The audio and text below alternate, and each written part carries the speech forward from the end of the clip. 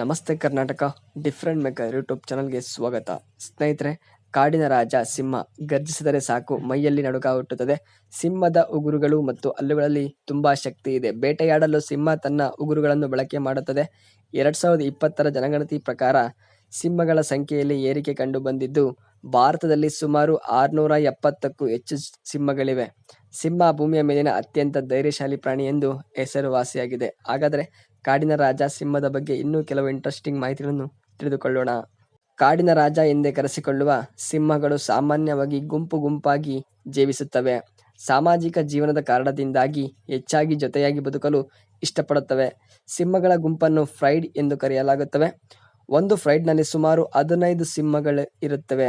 ನಮ್ಮಲ್ಲಿ ಹೇಗೆ ಕುಟುಂಬ ವ್ಯವಸ್ಥೆ ಇದೆಯೋ ಹಾಗೆ ಸಿಂಹಗಳಲ್ಲಿಯೂ ಕೂಡ ಕುಟುಂಬ ವ್ಯವಸ್ಥೆ ಇದೆ.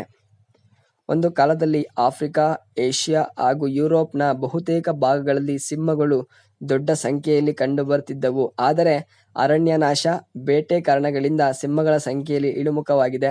ಭಾರತದಲ್ಲಿ ಏಷ್ಯಾಟಿಕ್ ಸಿಂಹಗಳು ನಿರ್ಬಂಧಿತ ಗಿರ್ ಅರಣ್ಯದಲ್ಲಿ ಮತ್ತು ರಾಷ್ಟ್ರೀಯ ಉದ್ಯಾನವನದಲ್ಲಿ ಹೆಚ್ಚಾಗಿ ಕಂಡುಬರುತ್ತವೆ.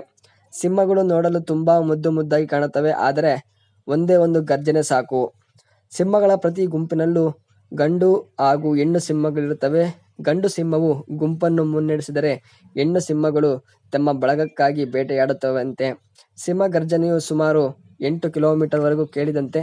ಸಿಂಹವು ಗಂಟೆಗೆ 50 ಮೈಲಿ ವೇಗದಲ್ಲಿ ಓಡಬಲ್ಲ ಹಾಗೂ 36 ಅಡಿಗಳಷ್ಟು ಹಾರಬಲ್ಲವು. ಇನ್ನು ಒಂದು ಸಿಂಹಕ್ಕೆ ಎಷ್ಟು ವಯಸ್ಸಾಗಿದೆ ಎಂದು ಅದರ ಗಡ್ಡ ನೋಡಿಯೇ ಹೇಳಬಹುದು. ಸಿಂಹದ ಗಡ್ಡ ಎಷ್ಟು ಗಾಢ ಬಣ್ಣ ಹೊಂದಿರುತ್ತದೋ ಅದಕ್ಕೆ ಅಷ್ಟು ವಯಸ್ಸಾಗಿದೆ ಎಂದು ಅಂದಾಜಿಸಬಹುದು. ಸಿಂಹಗಳು ನಡೆಯುವಾಗ ಅವುಗಳ ಹಿಮ್ಮಡಿ ನೆಲಕ್ಕೆ ತಾಗುವುದಿಲ್ಲ. ಸಿಂಹಗಳು ದಿನದಲ್ಲಿ 20 ಗಂಟೆಗಳ ಕಾಲವೂ ನಿದ್ರಿಸಬಲ್ಲವು. ಹೀಗಾಗಿ ಸಿಂಹವನ್ನು ಆಲಸಿ ಪ್ರಾಣಿ ಅಂತಲೂ ಕರೆಯಬಹುದು. ಸೊ ನೋಡಿದ್ರಲ್ಲ ಸ್ನೇಹಿತರೆ, ಕಾಡಿನ ರಾಜ ಸಿಂಹದ ಬಗ್ಗೆ ಕೆಲವು ಇಂಟ್ರೆಸ್ಟಿಂಗ್ ಮಾಹಿತಿ. ಇನ್ನೂ ಹೆಚ್ಚಿನ ಮಾಹಿತಿಗಾಗಿ ನಮ್ಮ ಯೂಟ್ಯೂಬ್ ಚಾನಲ್ ಸಬ್ಸ್ಕ್ರೈಬ್ ಮಾಡಿ.